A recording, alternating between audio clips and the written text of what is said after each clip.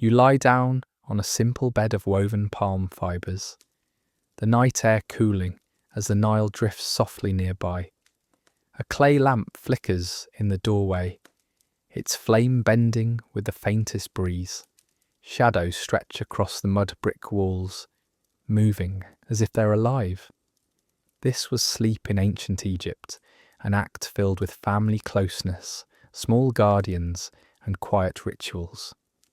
What did it really feel like to end your day here, thousands of years ago, with loved ones resting at your side? Tonight we'll step into that moment, beginning with the last light of the sun.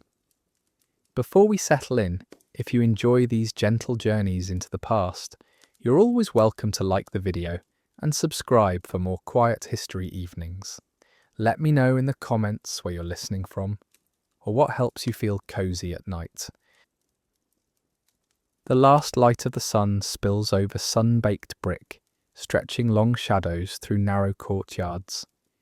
The sky glows in fading tones of red and orange, softer now than the harsh glare of noon. The warmth on your skin loosens, and the air begins to cool. Workers return through the street, their voices quieter than in the bustle of morning or the heat of midday. Sandals scuff the ground. Baskets of grain shift gently against wooden yokes. For a moment, the light settles unevenly across the walls before slipping away, as if the day itself exhales its final breath. Sounds across the town change with the sinking sun. The busy calls of trade are gone, replaced by murmured conversations drifting across doorways. Mothers call children inside. You hear straw rustling as it's laid near animals, doors being pressed closed with the steady push of hands. Even the marketplace, crowded only hours ago, lies still except for one last figure stepping home. The rhythm of life turns inward, drawn by the retreat of the sun. The air tilts into coolness. You breathe in the damp smell of river mud, carried further now on light winds. Over the rooftops, silence deepens. Birds fall quiet in their nests. The space around you seems to gather its own stillness, the day giving way to something slower. Night carries calm, but also unease. Eyes settle on the corners where shadows grow long. People stay alert against what may wander hidden, whether it's a thief slipping through alleys, a stray dog nosing for scraps, or the thought of spirits moving unseen. These worries do not fill every night with danger, but they gently press on the mind. As the last glow fades, to meet the dark, light is prepared. Small oil lamps are lit indoors, their clay bowls filled carefully with oil, a wick steadied in the mouth. Reed torches crackle in courtyards, bound stalks burning bright before sinks and walls. The flames are modest but sure, pushing back the edge of night. Their glow paints the mud brick walls gold for a moment longer, and keeps shadows from pressing too heavily into the room. It is in these little flames that households find safety, their steadiness, a reminder that the night can be softened. The Nile takes on another form here. In daylight, it is a work of earth and water, carrying boats and feeding fields. But as the sun dips completely, the river turns mirror. Stars collect on its surface, trembling with movement, and the sound of water pulling against its banks is steady and calm. That sound carries beyond the shore, through the town, threading into the stillness of evening. For many, it is the quiet pulse of life that holds steady when sight fails, like breath pulled evenly in rest.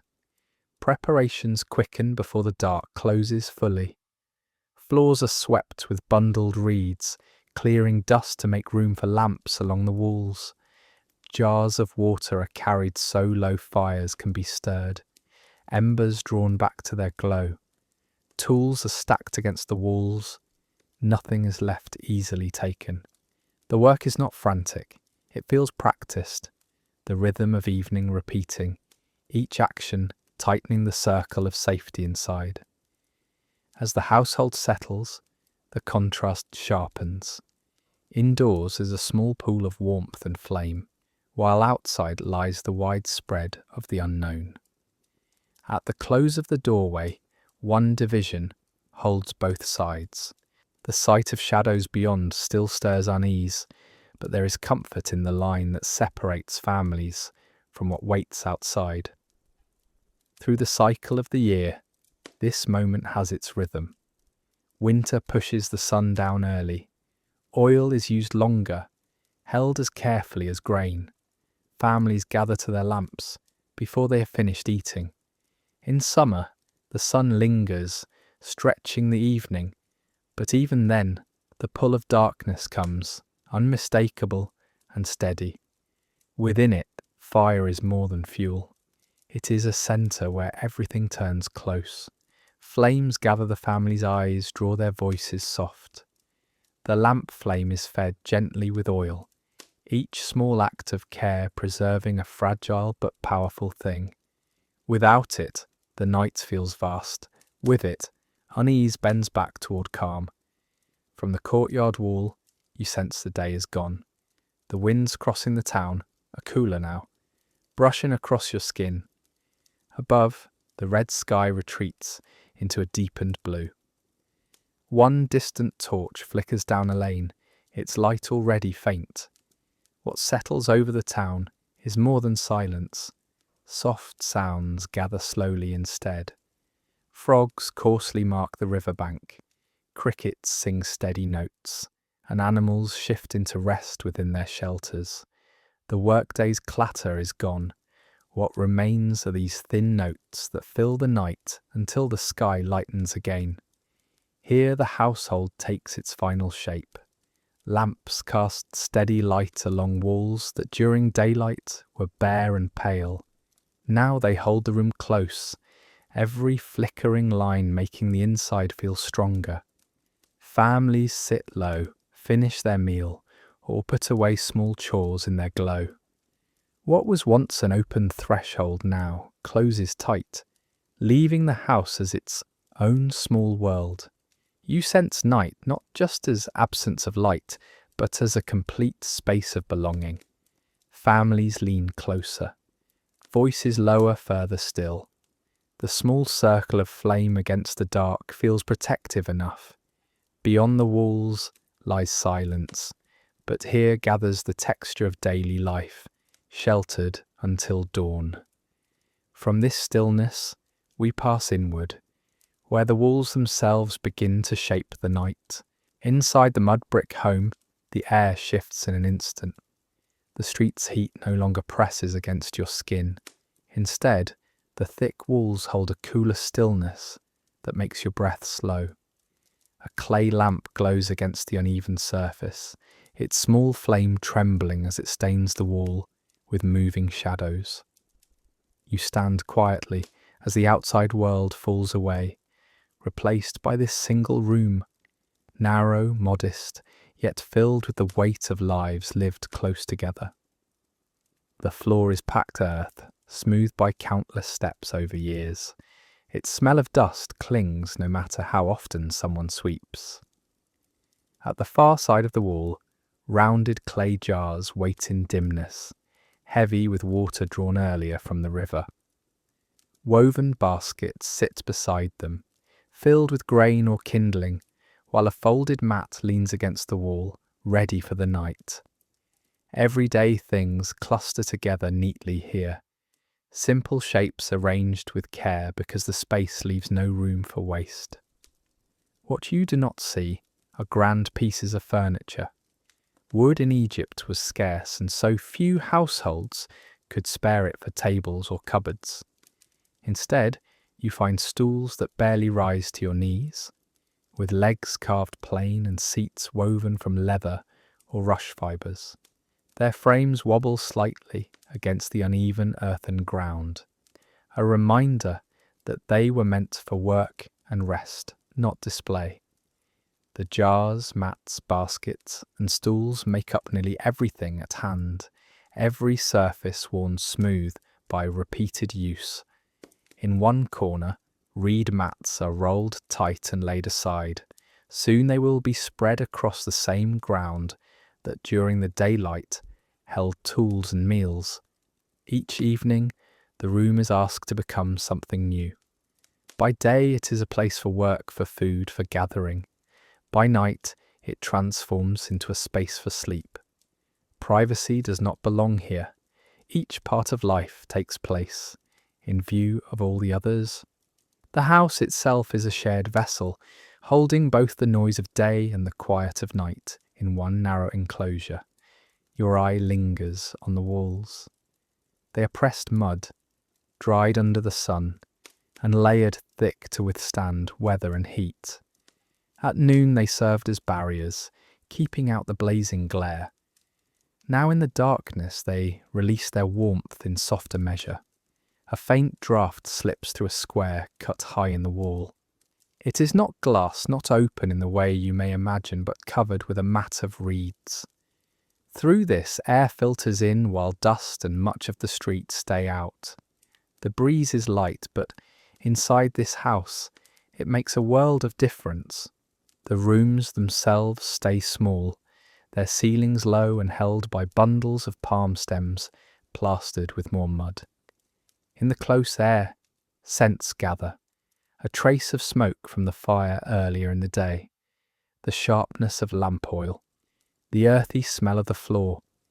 Every action leaves a mark. Sound too is reshaped. A child's quick laugh softens against the clay. A bark from outside fades before it reaches you, but in return, every cough and whisper within the room carries clearly to every ear. Living here means constant closeness. What presses at times can also bind a family together in its own rhythm. Life and work blend without division. Against one wall sits a small brazier, its sides blackened by years of fire. Bread could be warmed here, beans simmered, or fish roasted. The ceiling above bears its faint stain of smoke. Near it rests the grinding stone, where grain is pressed into flour with the weight of hand and tool. In this space, work remains visible even after the tasks are done. Tonight, you sit beside the very places where meals were made or where clothes were mended, and tomorrow those same places will resume their tasks again, unchanged. Not only people share this room. For many households, animals lived close, often tied in a corner or sheltered near the threshold. A goat shifting its weight or a hen preparing to sleep are not unusual here. Their breaths join the rhythm of the family's own, their warmth adding to the air. That proximity leaves its mess but also its comfort. The animal whose milk or eggs serve the table tomorrow lies beside you tonight. It is another presence, another life folded into the whole of the house. As night deepens, the room fills with subtle sounds, water dipping softly from a jar, the scrape of a stool moved by hand, a child shifting in a bundle of cloth.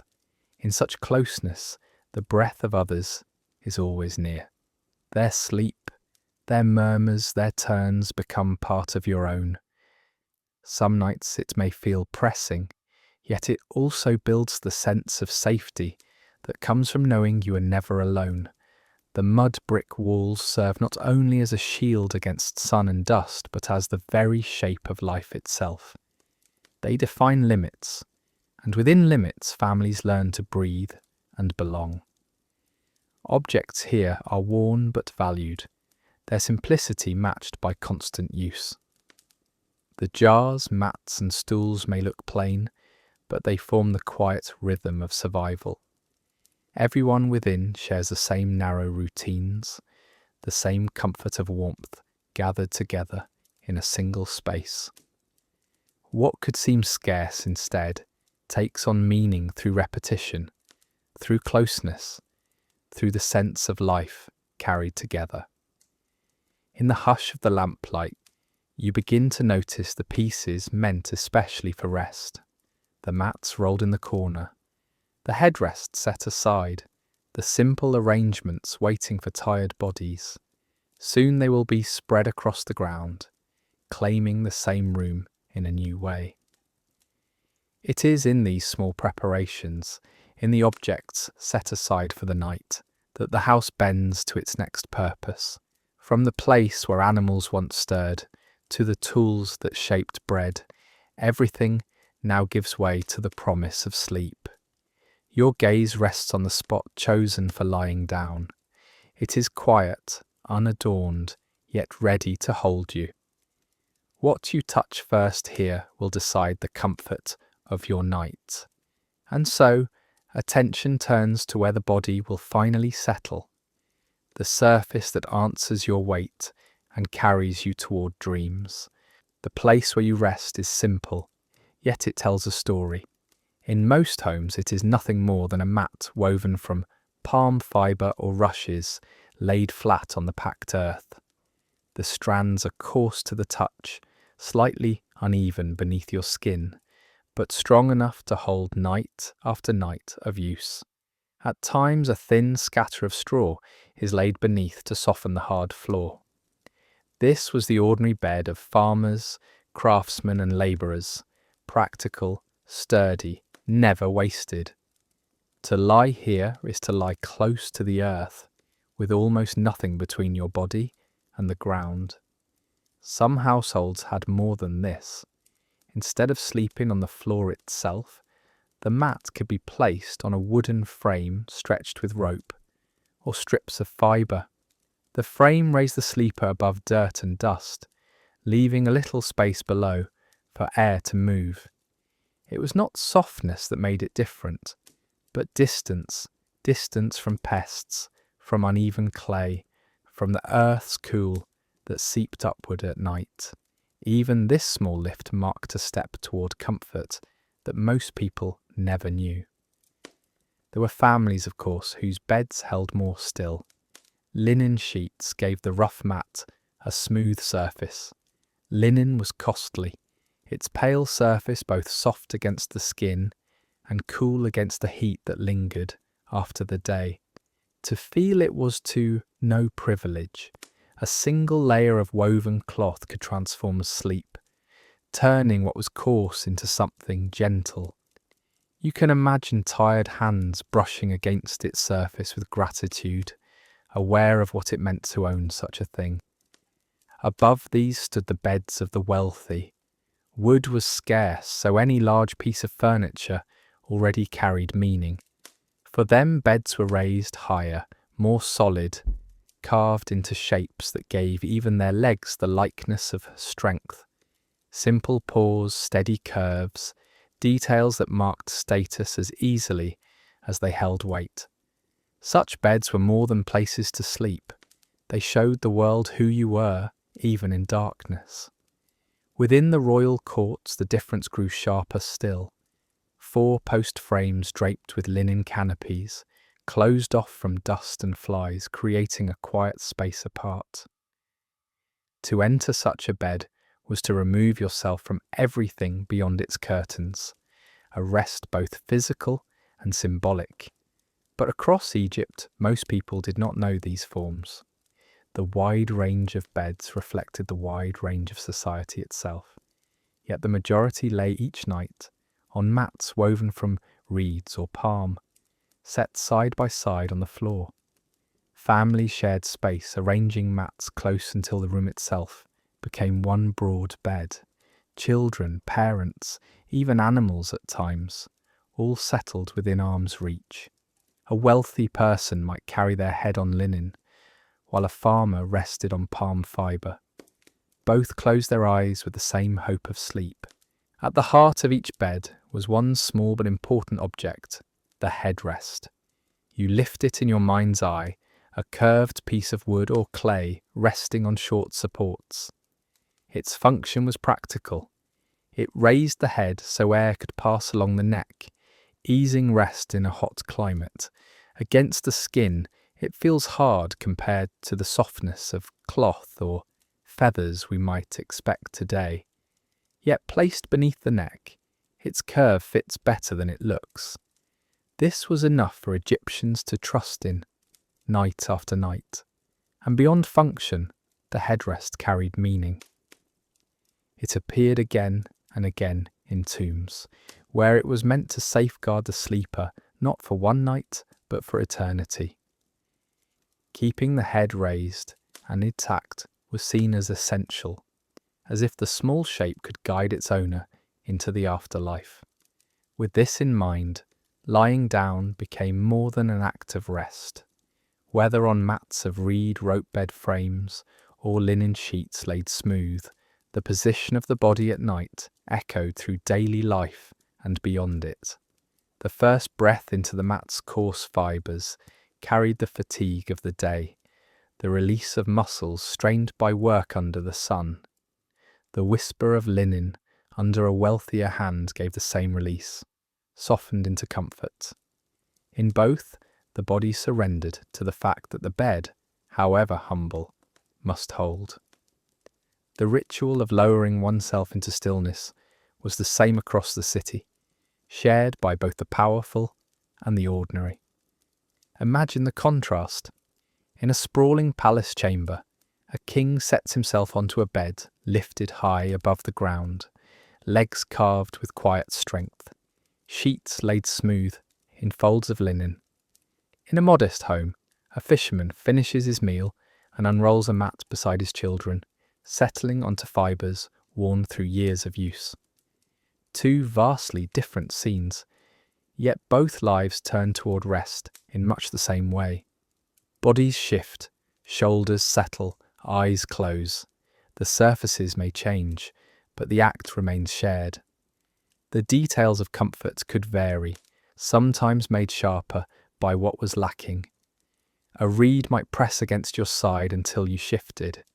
A crack in the hardened floor might remind you of the ground beneath. Even the softest linen could not remove every strain or ache. It is in these small truths that Egyptian sleep feels most familiar. Comfort was not perfect, but the body learned to rest within it anyway. That is why each addition, from straw beneath the mat to rope, stretched tight to sheets of linen, was valued so deeply. Every improvement stood not only for wealth, but for the promise of a gentler night. Beds, then, were both ordinary and profound. They marked your station in the world, but also met the same need across it. Each night, the mat of reeds or the raised frame became the boundary between day's labour and the silence of the dark. To lie down was to release, whether onto packed earth or fine linen. The mat that touched your skin was not only a surface woven by hand, it was the thin line between exhaustion and renewal. The wooden frame that kept you above the dust was more than wood. It was a sign of safety, of space. And the canopy, heavy with decoration, stripped to its simplest truth once eyes closed. It was where a body lay still, waiting for morning. You can feel that sameness most clearly in your own breath, the rough reeds against your side, or the smooth linen along your shoulder. Both meet the weight the body gives them. Both carry you into sleep. The differences remain, marking wealth, marking class, but the act itself is shared. Hands rough from fields or hands pale from court press against the same need for release. Beds tell stories of who people were, but sleep itself belongs equally. As your body settles and your skin adjusts to its surface, softness or roughness fades into the background. What remains is the stillness, the slowing of breath, the night gathering around you. But comfort alone was never enough. Egyptians like us wanted security when they closed their eyes. They lay not only on mats or wood, but beside things kept close, small forms set near the head, meant to guard what the body could not. In the quiet of the room, It is toward these objects that your thoughts begin to drift. Your hand moves to the small objects kept close at night, each one chosen for its protective power. These amulets are not luxury items alone. Most cost little, made from clay or faience, and nearly every family in Egypt could keep at least one nearby. They carried the trust of ordinary people as much as kings and priests. For them, sleep was never taken without some form of guard, for night was wide and uncertain. Egyptian nights were not thought of as empty. Darkness softened the edges of the world in ways that left people uneasy. Many feared that illness was more likely to stir after sunset, or that restless spirits wandered when the streets fell silent. Because of this, charms were drawn close at bedtime. They offered comfort against danger that could not be seen, whether sickness, misfortune, or unseen presences. The belief was plain. Bodies might weaken in rest, but small objects could remain alert. One of the most trusted forms was the wedjatai. Its surface, often carved from blue or green faience, caught what little light the lamp gave, and seemed alive with its own gleam. The shape recalled the healed eye of Horus, a sign of strength regained, and the power of renewal. To keep it near was to believe you could share in that healing, that your body and spirit would rise whole in the morning. The eye was not seen as decoration, it was a guardian, watching when yours were closed. By its side might sit the scarab, small, rounded, fitted into the curve of your palm. This beetle, pushing its ball of earth across the ground, became a symbol of the sun's endless rising. A scarab amulet spoke of life renewed and the return of light after darkness. It often carried short inscriptions pressed into its underside, words meant to strengthen its function. For someone lying down to sleep, the scarab meant that night was only a pause and that morning would come as surely as the sun's roll across the sky. These objects were not rare or unreachable. Faience, the bright glazed ceramic in green, blue or even red, was produced widely and at low cost. A simple mould could press clay into sacred shapes that almost anyone could afford. A child clutching a modest clay eye, a farmer with a scarab tied to his wrist, and a noble laying polished stone under his head, all drew protection from the same tradition. The material varied, but the trust was universal. At times, protection was spread across the whole sleeping space. Families placed amulets at the corners of mats like markers of safety, making an invisible boundary around their rest. Others tied charms to wrists, necks, or hair before closing their eyes. A woven cord held a bead at the chest. A tied knot hid a small carving against the skin, each believed to channel divine power. These nightly gestures carried quiet repetition, not just habit, but ritual. Just as a lamp guarded against visible dark, these shapes guarded against forces no one could see. Mothers often placed a small amulet directly into their child's hand, folding soft fingers around it before stepping back. The child was told that it would protect them, and in the process they felt assured. This gesture was simple, repeated in houses across towns and villages, yet it was enough to ease fear. Sleep came faster when the night seemed less alone. Parents rested too, knowing their children were wrapped not only in cloth, but in the presence of a symbol believed to stand watch. Even the headrest, practical in its shape, carried a deeper meaning. A child or adult tilted the back of the head onto its curved top, lifting it above the mat for airflow in the heat. To us it may seem hard and unyielding, yet the shape fits the neck well enough to let rest come. But its role was more than comfort.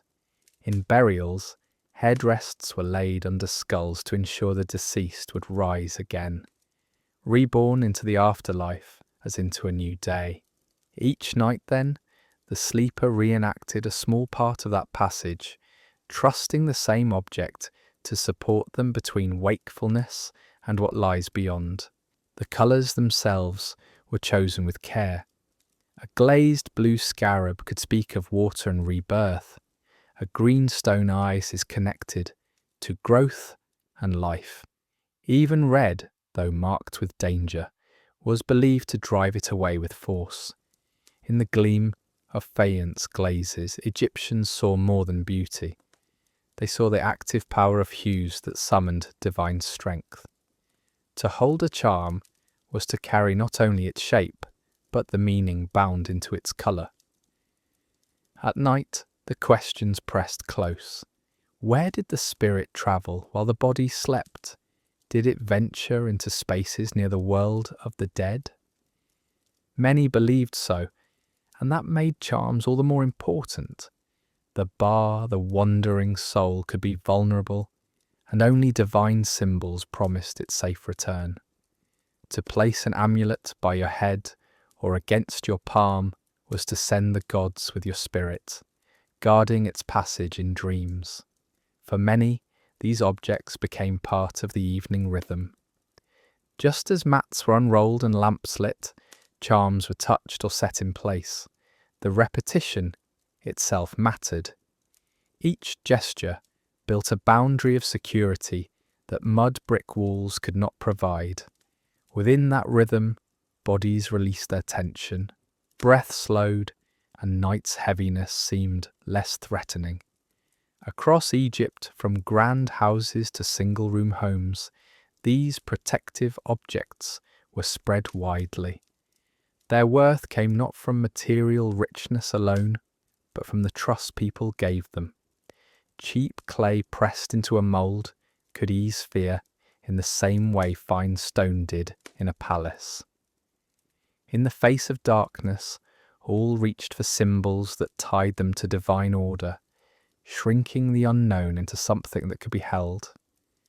You settle your thoughts on these images, eyes that heal, beetles that renew, charms tied with promise.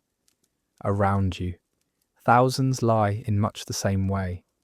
Some grip symbols under their chins, some hide them beneath mats, some let them rest quietly against clay jars by the doorway.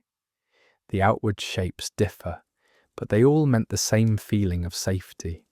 The night passed quietly when a divine presence felt close at hand. But protection was more than defence, it was also an invitation. By placing such shapes near, Egyptians believed gods might enter their homes, not with grandeur, but as guardians in the silence of the night. To sleep with a scarab beside you was to let the cycle of the sun echo within your own breathing. To press your cheek near a wedjatai was to let healing become part of your rest. Each small carving was not only a wall against harm, but a bridge between human and divine. The quiet of the room thickens, but unease does not linger. Spirits are held at a distance, illness kept away, or so the mind believes. The weight of these objects is light, yet the calm they bring is heavy enough to carry families through the hours until dawn. All across Egypt, fathers with scarabs, mothers with beads, children with simple clay eyes, sleep under this layer of unseen protection. For a few hours at least, fear softens into a dream. As your own body adjusts into stillness, the amulet's presence fades from thought but not from purpose. The night feels steadier, and in that steadiness, you become aware of what surrounds you. The house grows quiet, but the space beyond its walls does not. A shift in the air brings sounds that ride over mud walls and through reed windows, the living rhythms of night waiting just outside. And it is into those sounds that your rest now begins to sink. The first thing you notice now is sound. With lamps low and doors drawn shut, the world outside speaks in small, steady voices. Night is never silent here, only different. Every detail sharper without the noise of daytime work. What surrounds you feels less like emptiness and more like a fabric of sounds, woven together with the dark. The Nile forms the bottom layer. Water moves against the banks with an even rhythm, like breathing you cannot see. Each push and pull brushes the reeds, a low murmur that anchors everything else. In daylight, the river was covered by shouts, carts, animals, and trade. But at night, no other sound can cover it. Lying still, you hear it as if the whole land breathes alongside you. During the flood season, that sound grows louder. The river swells its edges, frogs multiply in the marsh, and night carries extra voices, water gurgling faster, frogs calling in low choruses. It is the season itself announcing its presence through sound. Above the river's foundation come the insects. Crickets chirp with high, thin notes that repeat over and over. Frogs answer in deeper tones, rising from wetter ground. They do not sing in unison. One begins, another replies, both fading as others join. At times they are scattered.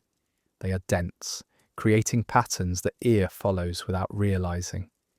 Together, they build a layer of texture, endless, changing, and constant all at once.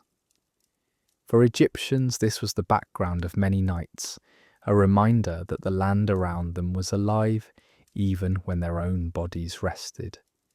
Then comes the sharp contrast of dogs. The bark breaks across the soft chorus like a stone thrown into water. Its startle rough, cutting through the insects and river. Some nights a single bark echoes and fades. On others, groups of stray dogs answer each other from alleys and field edges. Their calls are unpredictable, sometimes low and short, sometimes stretched out, almost howling. In the silence after, you can still feel them, the reminder that movement continues just beyond your walls. The dog's bark does not belong to the gentle rhythm of the night, yet it becomes an essential part of what night feels like, unpredictable, edged with caution. Now and then human sound slips through as well. You may hear a distant step across dry ground, the scrape of a sandal on the dirt road, or the faint call of one voice to another. Sometimes those sounds are no more than murmurs carried by the wind, words stripped down until they are unrecognizable. Still they matter. They remind you that others are awake. That night is not a single shared rest, but a balance between sleepers and wanderers. Some find comfort in this, others tighten inside with unease. Both feelings live side by side here. Inside the house, the mud brick walls shape the way you hear it all. Thick clay softens some noises, while passages and reed-covered windows sharpen others. A frog far away may sound just outside the room. A bark beyond the lane might arrive as if on the doorstep. Courtyards open to the sky amplify the chorus of crickets. Narrow doorways funnel stray sounds into sharp bursts that vanish again. Here, the walls are less a shield and more a filter, blending the outside with the inside until the room itself belongs to the greater night. Smell works with sound to deepen the atmosphere.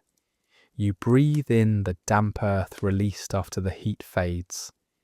The smell of river reeds, sharp and wet, and the faint smoke of a fire gone nearly out. These scents fold themselves into the same rhythm as crickets and frogs. They become part of the same awareness, almost inseparable. At night, these layers of sensation rise clearer, uncluttered by the distractions of daylight. They are never loud, but they stay with you, steady as the sounds themselves. There are moments in this soundscape when something interrupts. A fish might leap, its splash cutting through the steady hum of the river. A jar may clink faintly as someone shifts against it in half sleep. Palm fronds brush together when a breeze moves across them, producing a faint rustle like paper. Each sound begins, ends, and disappears without warning, leaving you more aware of your listening. But these interruptions do not break the night. They prove that night, like day, is a rhythm of many notes, some constant, some fleeting. Season shifts tell their story in sound as clearly as in light. In hot months, frogs and crickets layer their voices endlessly, and the sound can seem louder than everything else. In cooler times, there are fewer insects, so single notes carry further and feel sharper. A bird crossing the night air might be heard more clearly then, its lone call filling space normally buried by other voices. To the listening ear, season declares itself through changes in this nightly chorus, proof that the rhythm of time is measured not only by sun, but also by the voices that fill the dark hours. If you press an ear closer to the ground, even the earth shares in this music. Vibrations from steps or distant calls travel differently through soil, felt as much as heard. The body senses weight, movement, and distance in ways the ear alone cannot catch. At night, especially when vision is dim, sound and touch work together. You do not hear only with ears, you notice even through your skin, through your breath, through the weight of stillness around you. But the lesson is clear and simple. Night is never empty. Some sounds soothe, others warn, but together they create the space in which you live. The Nile runs steady, insects mark time, dogs break the calm, and humans remind you of their presence. Each finds its place. Silence does not mean absence here. It means openness, space where sounds can grow sharp. This is what frames your rest, what shapes the atmosphere you share with your family. And always, you are not alone in hearing it. Your children stir at a bark, pressing charms closer to their chests. A mother listens for the same sound and thinks of tomorrow's task, whether to mend the door latch again. A grandfather breathes slowly, his heavy rhythm blending into the deeper bass of the house itself. Within this space, the soundscape is both collective and personal at once. Each family member receives it, but each interprets it in their own way. Together, these layers create a sound that is bigger than any single one. The river holds beneath, the insects cover in endless threads, and above them both, interruptions, dogs' footsteps, birds, make their mark only to vanish again. Families settle between them, breath joining as one more layer in the night's design. To rest here is to lie within a living sound, part of it while surrounded by it. You turn your attention away from the outside and back to the room itself. The voices of water, insects, and animals remain, but they fade into the background. What becomes clearer is the closeness of those lying beside you. Within this same soundscape, each body has found its chosen place, each breath measured against the next. And soon you see how this pattern of sound weaves into another rhythm, the rhythm of a family gathered to sleep. You glance around the room and see each body already cast into place, the night arranging itself in quiet order. The younger children usually lie closest together, mats pressed edge to edge. Limbs sprawl without thought, one child's arm flung across another, bare feet tucked warm into the bend of a sibling's knees. The quarrels and laughter of the day dissolve here, replaced by the gentler rhythm of sleep. Parents place themselves nearby, close enough to hear every stir or press a hand across a restless forehead. Elders most often choose the wall. their mat leaning against its cool firmness. That position is practical, support for an aging body, and symbolic too, their presence a steady backing for the rest. These choices are not random. They show a woven pattern of care shaped by both habit and need. In this single space, sleep feels less like retreat than togetherness. The room is small and closeness is unavoidable, but also deliberate. Mats overlap, shoulders brush, and breathing blends until one pulse seems to rise from many.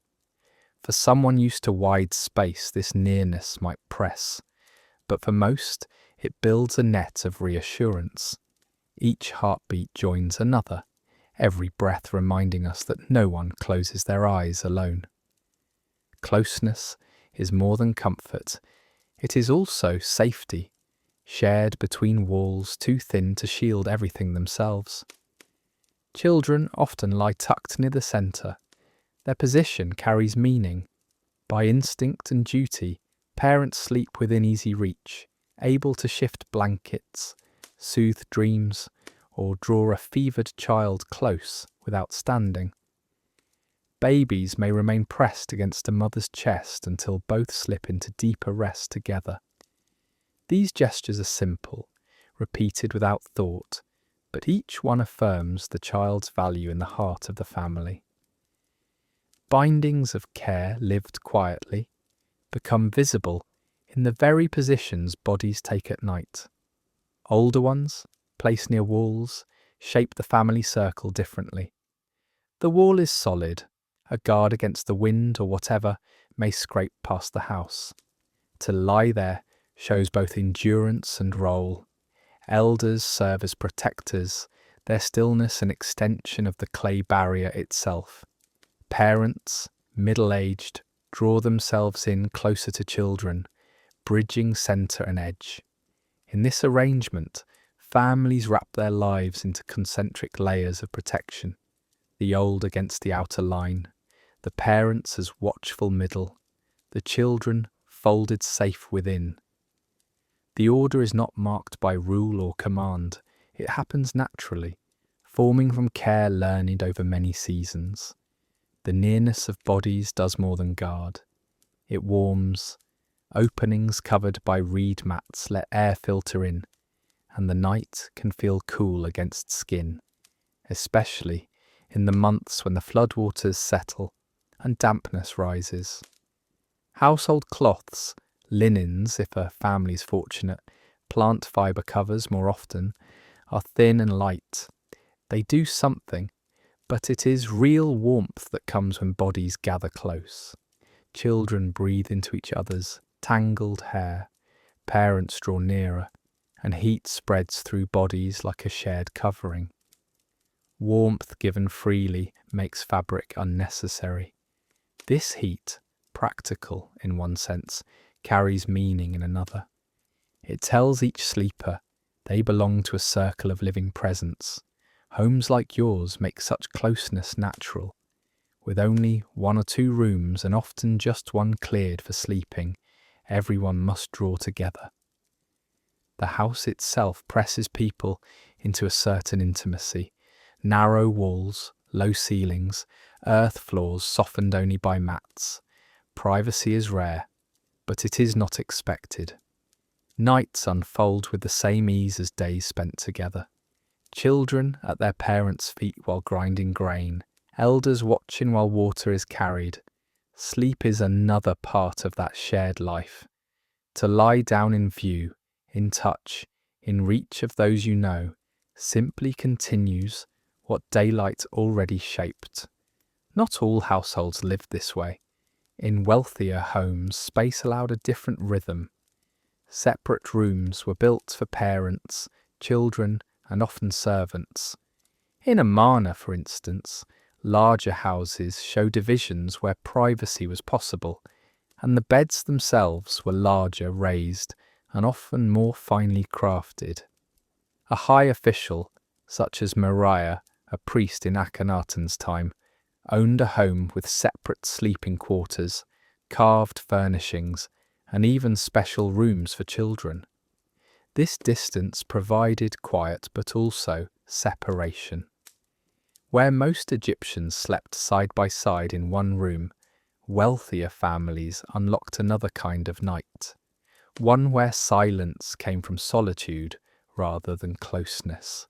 For ordinary families, such separation was unknown.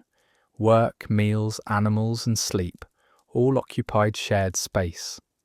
Mats rolled against walls in the day, unrolled by night across the same floor. A chicken settling in the corner or a goat tied near the entrance might add its breathing and small movements to the room.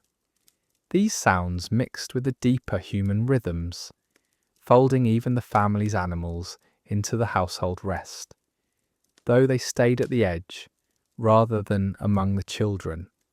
One sentence is enough to hold them. Animals, too, often lie within the home, making night a chorus of both human sleep and quiet animal noise.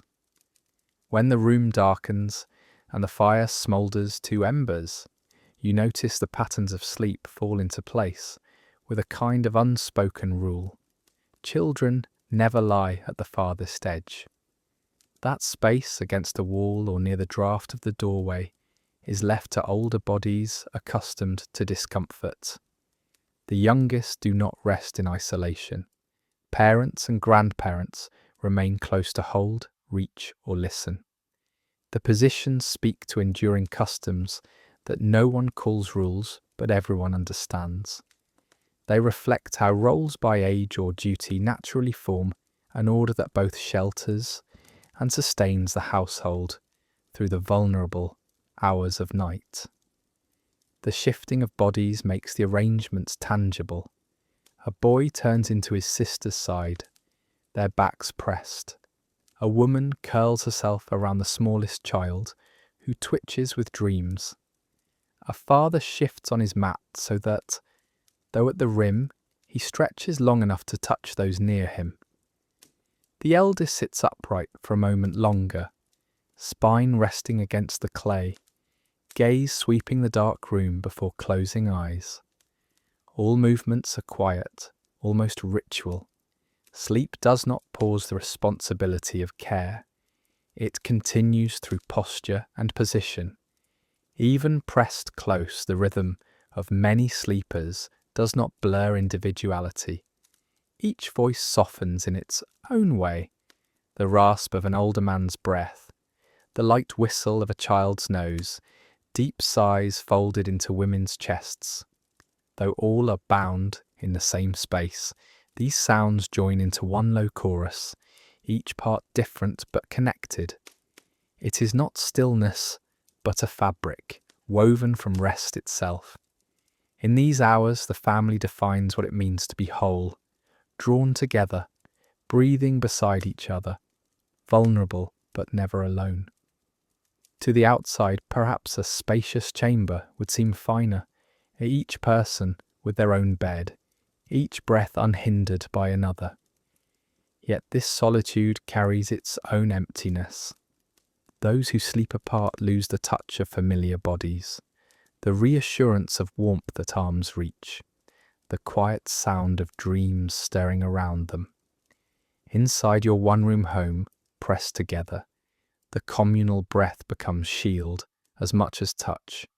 The family curls into a single coil of duty and affection. It is not luxury, but it is presence, and that presence gives safety that the walls alone cannot provide. The night draws in until all that remains is the weight of bodies at rest. Silence beyond the walls meets the layered sounds inside, and your body holds them together as one. You feel the closeness steady you, though your eyes press shut. What surrounds you now is more than touch or breath. It is the sense that even in this deepest vulnerability, you are kept not alone, but within the folds of kin. And as your body sinks further into stillness, you notice a shift of another kind. The room remains with mats, with warmth, with closeness, but within you, something feels untethered, as if part of yourself might begin to drift where walls and family cannot follow. This is the threshold where rest becomes something more, where another kind of journey quietly takes shape. When your eyes close, another kind of life begins. The still room feels heavy with warmth, yet your mind loosens and an unseen space opens. To the Egyptians, this was the moment when dreams began, a time when the soul self, the Bai, might rise and drift free.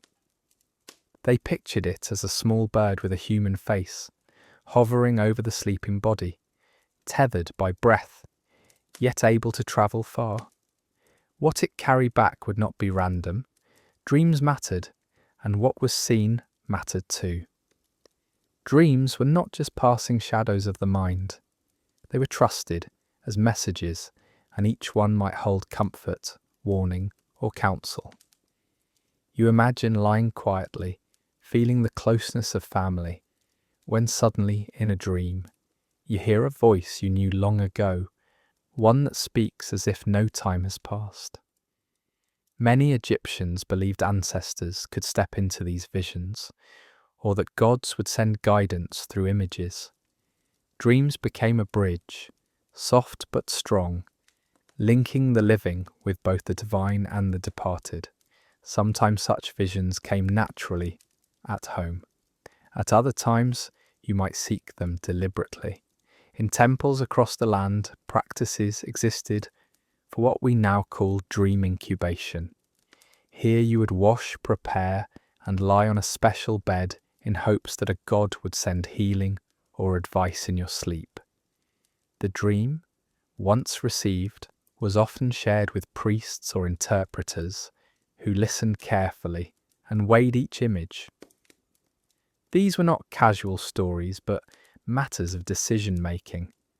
A dream could change when to plant, whether to travel, or even what kind of offering to give.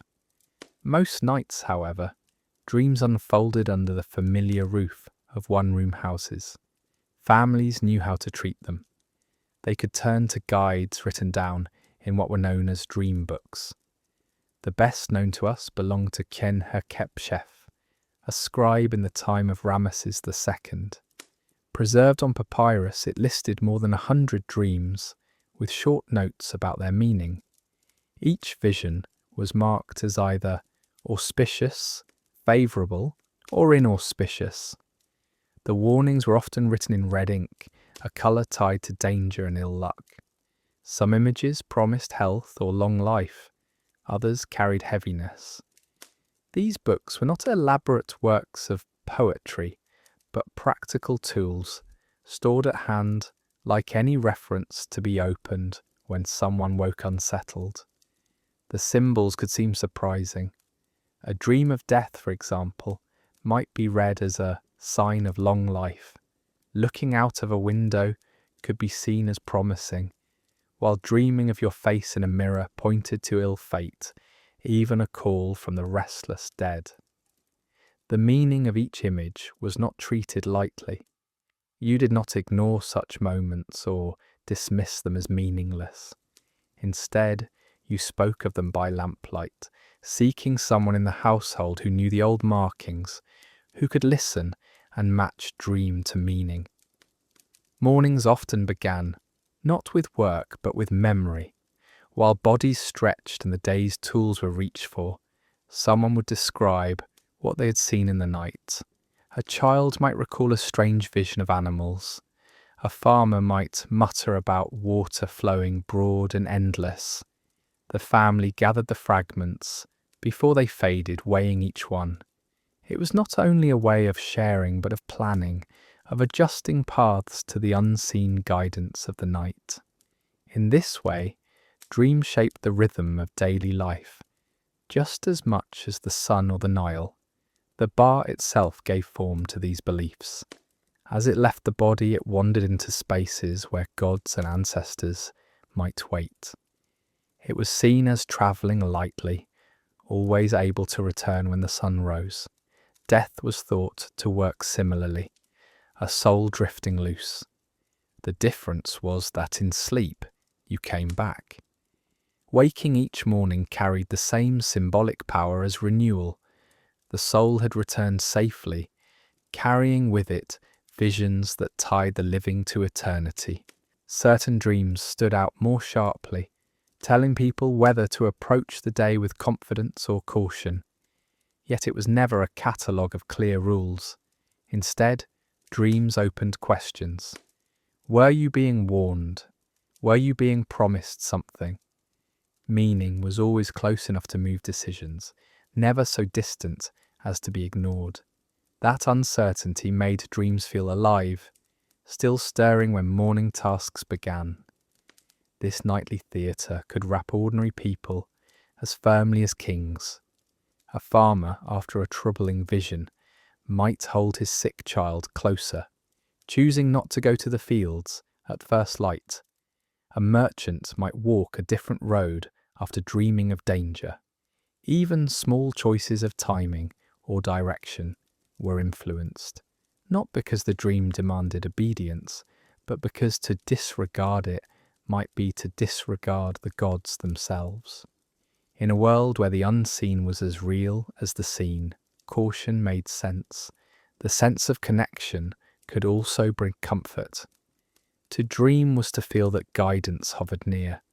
The great river, the animals, even the sun became symbols that stepped into night's stage and reminded people of life cycles. Whether these messages promised safety or spoke of risk, they gave life a texture beyond the ordinary. The night became another teacher, another guide. What held all of this together was the act of trusting dreams, of giving them a place equal to waking thought. The Egyptians lived with closeness in their homes, with closeness in their families, and in sleep. That closeness extended to gods and ancestors alike. Fires dimmed, sounds faded, but through dreams, voices still reached them. The bird soul drifting above each sleeper returned at dawn with its gifts, and families carried those gifts into their day.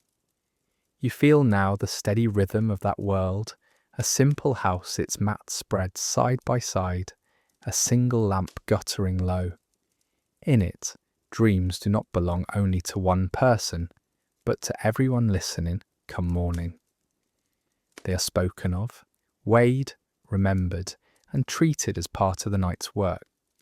Through them, even in sleep, the household met with powers that shaped their fate.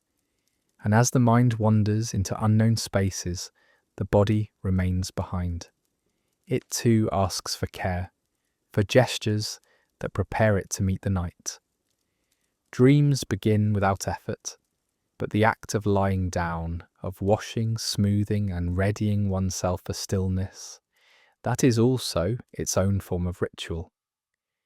Before the family can fully enter rest, the body itself must first be prepared. You turn to the small basin near the wall, water caught earlier from the river. Its surface trembles in the lamplight. You bend low, scoop it with your hands, and let the coolness pass across your face and arms. Dust and sweat slip away, and the heaviness of the day thins. The sensation is brief, but it changes everything. You reach for a cloth, pat yourself dry, and the body feels lighter, as if it has learned that the day has ended. Oil follows. A jar waits nearby, plain in form, but carefully kept. You tip it into your palm and smooth it across your skin in slow circles. The mixture carries faint perfume, softened by plant oils and lime. It leaves no foam, no lather, only slickness that coats dry arms and shoulders. Hands rub together until warmth spreads through them, and skin shines in the dim light. This is care both simple and essential. Muscles loosen, cracks quiet beneath the balm, and the air smells faintly of earth and flowers. To anoint yourself at night is to remind the body that it is valued. Hair too is attended, though it is quickly done. Many shave their heads close to ward off lice and heat, and wigs are worn when needed. To set aside a wig at night, combed and oiled into order, is simply to shed the face of the day. What remains is the bare scalp, cool under your palm, as plain and unadorned as the mat itself. The small line of kohl around the eyes fades next. You dampen a cloth and wipe gently until the black lifts away in smudges. Once sharp and protective beneath sunlight, it no longer serves a purpose. Clean skin shows again, smooth lids closing with nothing heavy drawn across them. The gesture restores you to yourself. Around the room, others repeat the same sequence.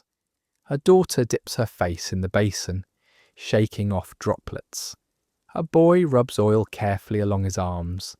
A woman wipes her lids, leaving faint dark marks on the cloth. The rhythm is quiet, steady, shared in households across the village.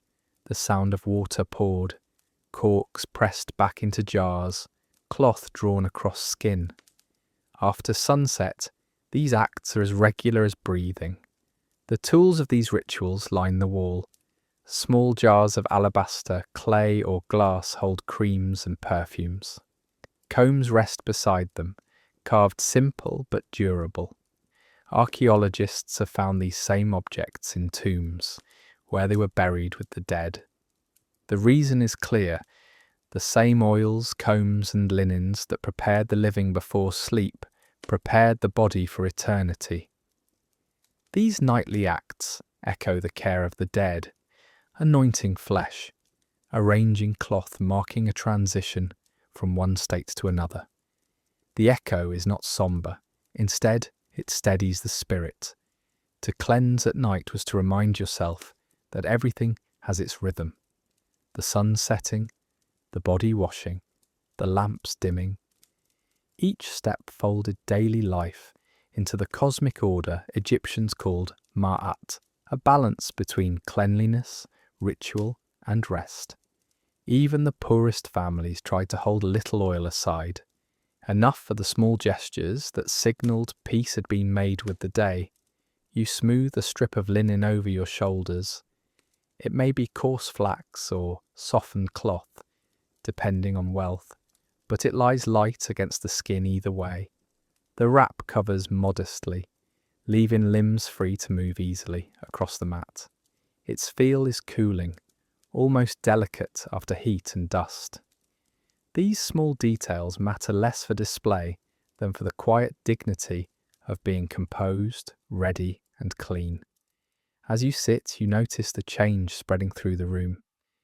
The air that once held smoke, sweat, and grit now carries a faint blend of perfumes and damp cloth. The hush of tasks completed hovers in the corners. Each person looks different. Eyes bare, skin fresh, hair smoothed, bodies arranged beneath thin wraps of cloth.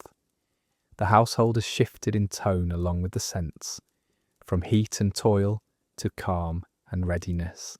The connection between body and spirit becomes clearer when you think again of burial. Priests washed, anointed, and wrapped the dead in linen before placing them into tombs, prepared for eternity. You see the same gestures replayed on a smaller scale each night. Oil smoothed across skin, cloth drawn close, hair set aside or cleaned. To lie down prepared in this way was more than comfort. It was to live with the belief that every night's rest rehearsed a greater passage still to come. The difference is felt immediately. Skin cools against mats, linen settles with ease, and breathing grows steady. There is relief in this rhythm. Oil for the body, water for the dust, cloth for repose. Thoughts too find themselves quieter, easier to hold, easier to release. The weight of tools and work has been brushed aside, and all that is left is a steadiness that welcomes stillness. These habits are repeated year after year, across generations, and the memory of them settles just as firmly as the dust washed off your skin. The clearest truth is this: each ritual offers release, not escape from life, but continuity with it. To wash, oil, and arrange yourself is to close one day and prepare gently for the next. All around, families lower themselves onto reed mats, clean limbs stretching across woven surfaces. A father adjusts his cloth. A mother presses a child's wig comb flat. A child yawns as they sink into linen-smoothed skin. Every person has gone through their own gestures, and now they gather as one. The air, touched lightly by oil and water, carries into the night as a signature that these lives were cared for before they slept. The lamp near the wall burns low. Flame dips, no longer bright but still alive, swaying as oil thins. In its glow, the last jars of oil glint faintly and palely. Shadows rise taller across the clay walls. The house has shifted from action to stillness. Its rhythm slowed to breath alone. What was once sharp with effort has grown round and soft. You stretch your arm once more, the cool mat pressing back against oiled skin. Muscle relaxes, thought slows, and a hush grows proper and deep. Around you, family breathes in sequence, and the house collects their sounds into a single hum.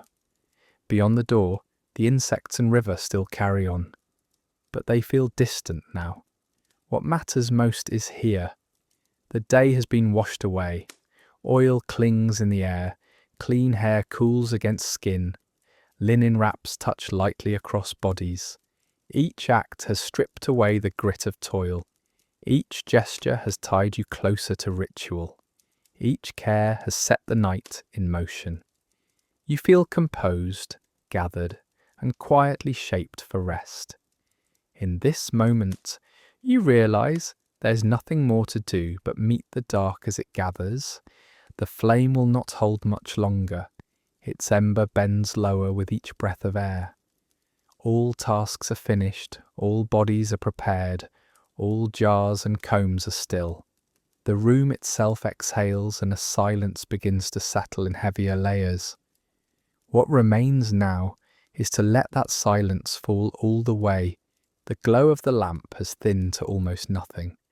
A faint ember quivers, only a hint of red in the clay bowl.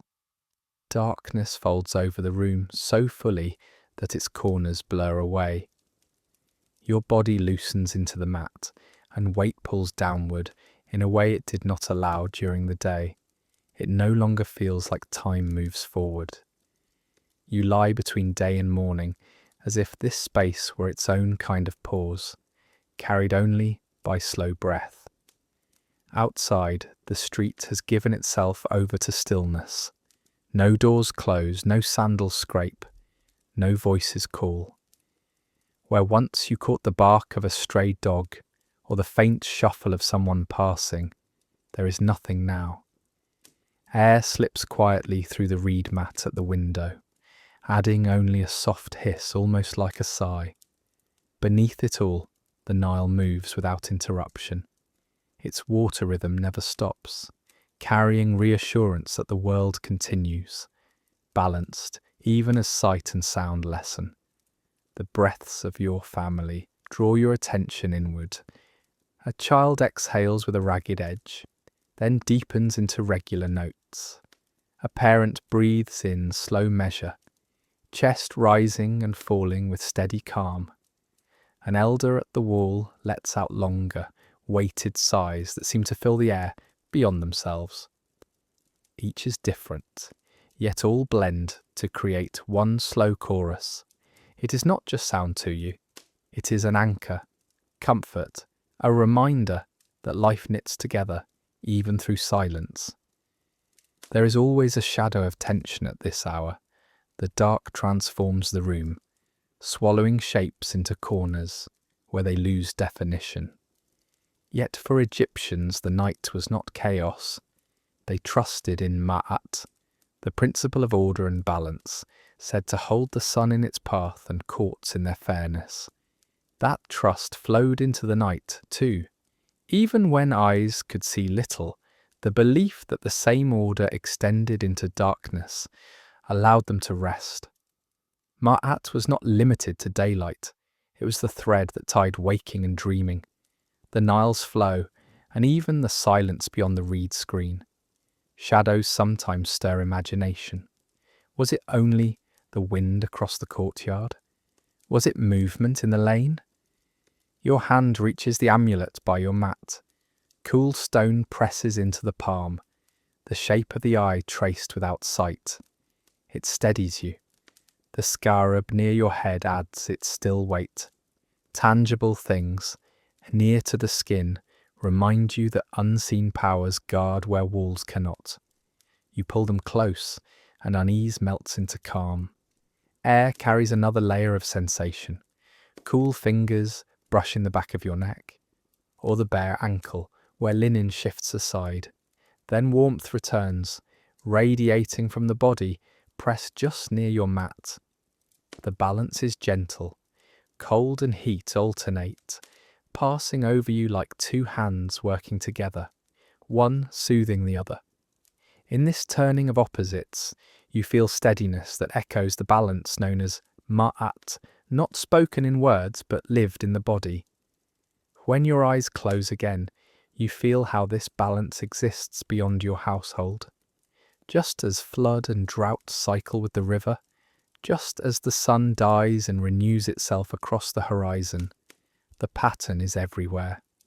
Egyptians shaped their days within it.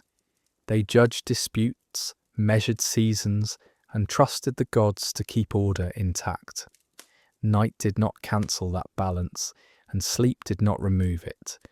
What steadied the kingdom steadied the quiet of its families. Sleep itself reminded them of larger truths.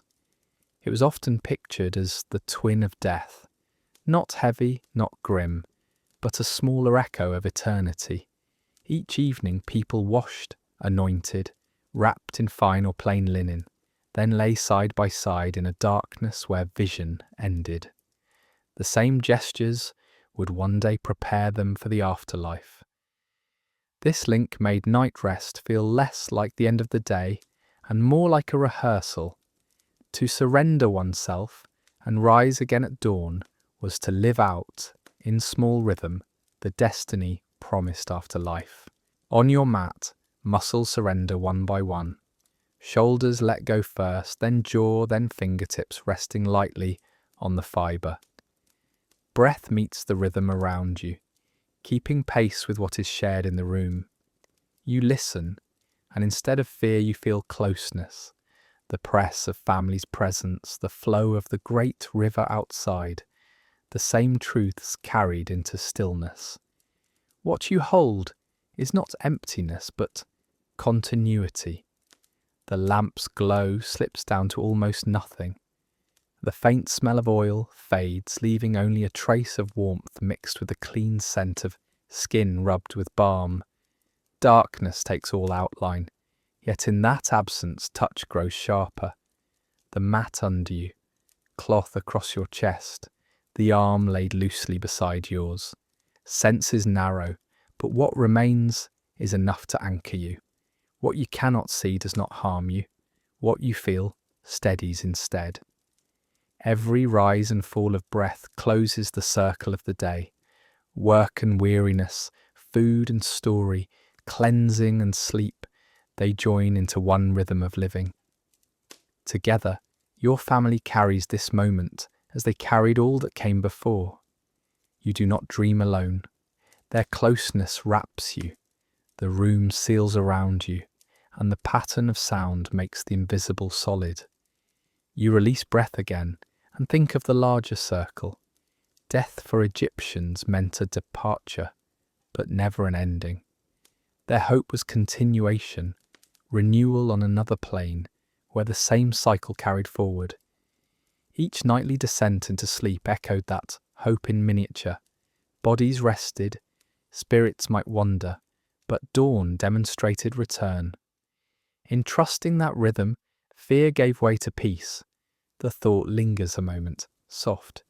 To sleep is not abandonment, but joining in the same pattern. Body loosening, spirit stretching outward, breath binding you back to the world around you. The river flows, the family rests. Tomorrow waits, not as uncertainty, but as return. From here, senses blur. Warmth from those near you, coolness across skin where cloth has slipped, steady rhythm of air moving in and out. The amulet lies small but heavy with meaning, close at hand.